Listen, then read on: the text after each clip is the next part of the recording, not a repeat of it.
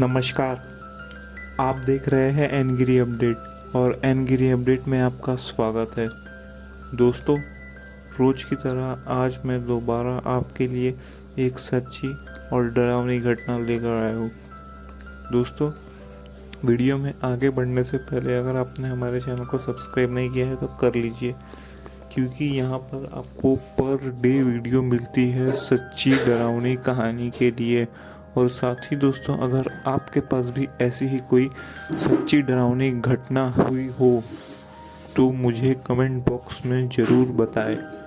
तो दोस्तों, चलिए बढ़ते हैं कहानी की ओर। दोस्तों, आज की कहानी हमें दिलीप जी ने भेजी है। दिलीप जी मेरे ही एक दोस्त हैं। दोस्त ने उनके दिलीप जी मेरे दोस्त के पिताजी है, तो मेरे दोस्त ने यह कहानी मुझे बताई थी, जो कि मैं आपके साथ शेयर करने वाला हूँ। दोस्तों, दिलीप जी वैसे एक पुलिस ऑफिसर है और उनके साथ कई सारी ऐसी घटनाएं हुई है जो कि उनके बेटे और मेरे मित्र ने मुझे बताई, ताकि मैं ये कहानी आपको साथ शेयर कर सकूँ। तो दोस्तों, एक दिन समय की बात है, दिलीप जी की नाइट ड्यूटी लगी हुई थी। तो वो उन्हें अचानक रात में 1 बजे घर आना पड़ा था कुछ काम के लिए। तो दोस्तों, उन्होंने अपने ड्यूटी में अपने साथ में जितने भी पुलिस वाले उनसे कहा, अरे भैया सुनो, वो प्यारे लाल सुनिए, थोड़ा सा मुझे काम पड़ गया है, मुझे अपने घर जाना पड़ेगा। तो उनके दोस्तों ने कहा, अच्छा अच्छा ठीक है सर, चलिए आइए ना, हम कर लेंगे। कितने देर में आ जाएंगे? बस आधे घंटे पे। उन्होंने कहा ठीक है। उन्होंने अपनी फटफटी उठाई और फटफटी लेकर घर की ओर चल दिए। दोस्तों, वो गाड़ी से घर की ओर जा ही रहे थे कि दोस्तों तभी बारिश शुरू हो गई और बारिश काफ़ी तेज़ हो रही थी। तो उन्होंने सोचा अब गीला तो ही है, वो घर जाता हूँ दूसरी नई ड्रेस पहन लूँगा। तो बारिश में ही सीधे सीधे जा रहे थे। जब वो रास्ते से जा रहे थे तो बीच में एक तालाब पड़ता है, जो कि बारिश इतनी तेज़ हो गई थी कि तालाब का पानी बाहर आने लगा था और रोड में लगभग आधे फीट तक पानी भर चुका था। वो जब वहीं से गाड़ी से वैसे होकर जा रहे थे तो दोस्तों, उन्हें पास ही में फुटपाथ पर बैठी हुई एक बच्ची दिखाई जी, जो कि अपने घुटने के नीचे मुंडी करके और अपने हाथ से मुंह को ढककर रो रही थी।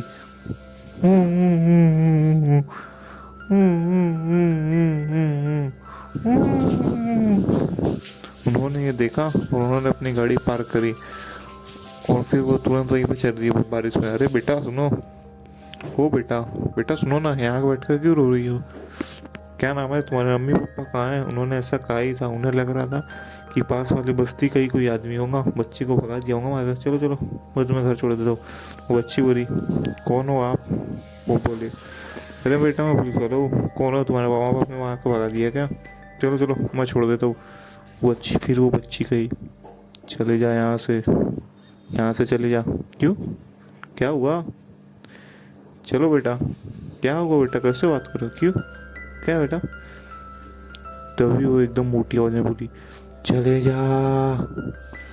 उसकी अचानक से आवाज़ बदल गई। ये देखकर वो बुरी तरीके से डर चुके थे। दिलीप जी ने उस बच्ची का सिर पकड़ा और उठाया। दोस्तों, वो बच्ची का सर उठ ही नहीं रहा था। फिर दोस्तों दिलीप जी बोले, अरे बेटा क्या हुआ? दिलीप जी को डर लगने लगा था। उनके डर के मारे उनसे कुछ कहा नहीं जा रहा, मतलब डर चुके थे। उन्हें कहीं उस बात का डर लगने लगा। तो वो सोच रहे थे कहीं ये बाबा कुछ वो सब तो नहीं, मैं मुसीबत में नहीं पड़े हो। लेकिन फिर बोले, नहीं नहीं नहीं, वैसा नहीं हो सकता। फिर उन्होंने कहा, अरे उठो बेटा। वो उसे फिर से उठाने के लिए कोशिश करने वाले थे कि उसने अपनी मुंडी तुरंत ऊपर करी और उसकी मुंह का होलिया देखकर दिलीप जी पूरी तरीके से डर गए थे, क्योंकि उसकी आंखें थी ही नहीं। उसकी आंखें की जगह बस काला काला अंधेरा छाया हुआ था। और दोस्तों, उन्हें देखकर वो हंसने लगी। वो अजीब आवाज में उन्हें देखकर हंस रही थी, बस हंस जा रही थी। दोस्तों, ये सब देखकर दिलीप जी पूरी तरीके से डर चुके थे। उनके पैर कांपने लगे थे। वो पूरी तरीके से डर चुके थे, पूरी तरह इतनी बुरी तरीके से डर गए थे कि उनसे कुछ बोला तक नहीं जा रहा था। उन्हें लगने लगा था कि मुझसे आज बहुत बड़ी गलती हो गई है, अब शायद मैं नहीं बचूंगा। वो डर के हमारे पैर कांपने लगा था। तभी दोस्तों वो बच्ची ने अपना मुंह खोला। उसके मुंह के अंदर सब कुछ काला काला दिख रहा था। और दोस्तों उसने काफ़ी जोर से एक चीखी। वो चीख इतनी तेज थी कि उन्होंने अपने कान बंद कर लिए और आंख भी बंद कर ली। लेकिन दोस्तों वो चीख बढ़ती ही जा रही थी और फिर दोस्तों उनके कान से खून निकलने लगा। उन्होंने अपने हाथ पर जब गीला महसूस तो देखा कि उनके कान से खून निकल रहा है। वो ये देखकर लगभग बेहोश हो ही रहे थे कि उन्हें रोड के पास आती हुई उस रोशनी पर पड़ी, क्योंकि जैसे उन्हें लगा कि कोई रोशनी उनके ऊपर आ रही हो, और वो ये देखकर बेहोश हो गए। फिर दोस्तों लगभग 2 दिन बाद उनकी जब आँख खुली तो वो पास के एक अस्पताल में थे और उनके परिवार वाले उन्हें देख रहे थे और उनके साथ एक कांस्टेबल भी था। और फिर दोस्तों उन्होंने पूछा कि क्या हुआ दिलीप जी, आपके साथ क्या हुआ। तो फिर उन्होंने सारे के सारे लोगों को अपने साथ हुई ये कहानी के बारे में बताया कि कैसे उनके साथ ये सब हुआ था, उनके साथ क्या क्या हुआ था। तो फिर दोस्तों उन्होंने कहा, अरे भैया वो रास्ता ना भूतिया है, वहाँ से अकेले मत जाया करो। वैसे वहाँ पर ऐसे बहुत सी कहानी हुई है कि वहाँ किसी बच्ची को देखा गया। ये बात दिलीप जी को बताई गई। दोस्तों दिलीप जी ने कहा, लेकिन दोस्तों मैं बच कैसे गया। तो उन्होंने कहा, अरे भैया जब आप वहाँ बैठकर अपने कान देख रहे थे ना, कान में हाथ धरे हुए थे, तो हम लोग गाड़ी से वहीं पेट्रोलिंग कर रहे थे, हमारी नज़र उनके ऊपर पड़ गई। लेकिन अब हम देखे कि आप किसी से डर रहे थे और बात कर रहे थे। हम काफ़ी हैरान थे किससे कर रहे थे, अब समझ में आया हमें। वैसे तो हम देख कर आपको समझ गए थे कि कुछ ना कुछ गड़बड़ तो है, लेकिन फिर इसीलिए हम हॉर्न बजाए और आपके ऊपर जानबूझकर हेडलाइट लगाए हुए थे ताकि आपकी नज़र यहाँ पड़े। लेकिन आपने जैसे ही हेडलाइट देखी आप भी हो चुके। तो दोस्तों उस दिन दिलीप जी अपनी किस्मत के भरोसे और साथ में उन पुलिस वालों की वजह से बच गए थे जो कि रात में पेट्रोलिंग कर रहे थे। तो दोस्तों ये थी आज की कहानी। और आपने आज की कहानी में देखा कि अगर उस समय पुलिस नहीं होती तो उनका क्या हाल होता, क्योंकि भाई बारिश के समय भी वहाँ पर पुलिस जो है वो अपना काम कर रही थी, पेट्रोलिंग कर रही थी।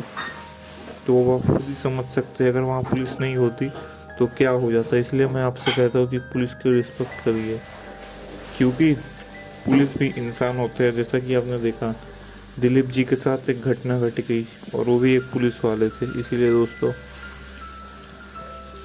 मैं कहता हूँ कि पुलिस की इज्जत करिए। और दोस्तों आपको ये कहानी कैसी लगी मुझे कमेंट में ज़रूर बताएं और वीडियो को लाइक शेयर करो। और अगर आपके पास भी ऐसी कोई कहानी होंगी तो प्लीज़ रिप्लाई करिए, कमेंट बॉक्स में ही रिप्लाई करिए। अगर आपको लगता है कि भाई कहानी लंबी है लिखो कैसे, तो भाई उसको शॉर्ट में करके लिख दो। मैं उसमें अपना नमक मसाला लगा के परोस के अपने जितने भी सब भाई लोग हैं, अपने सब व्यूअर्स लोग हैं, सबको बता दूंगा। तो इसलिए मुझे रिप्लाई करो, कहानी कैसी लगी ये भी बताओ। मिलते हैं नेक्स्ट वीडियो में, तब तक के लिए बाय एंड टेक केयर।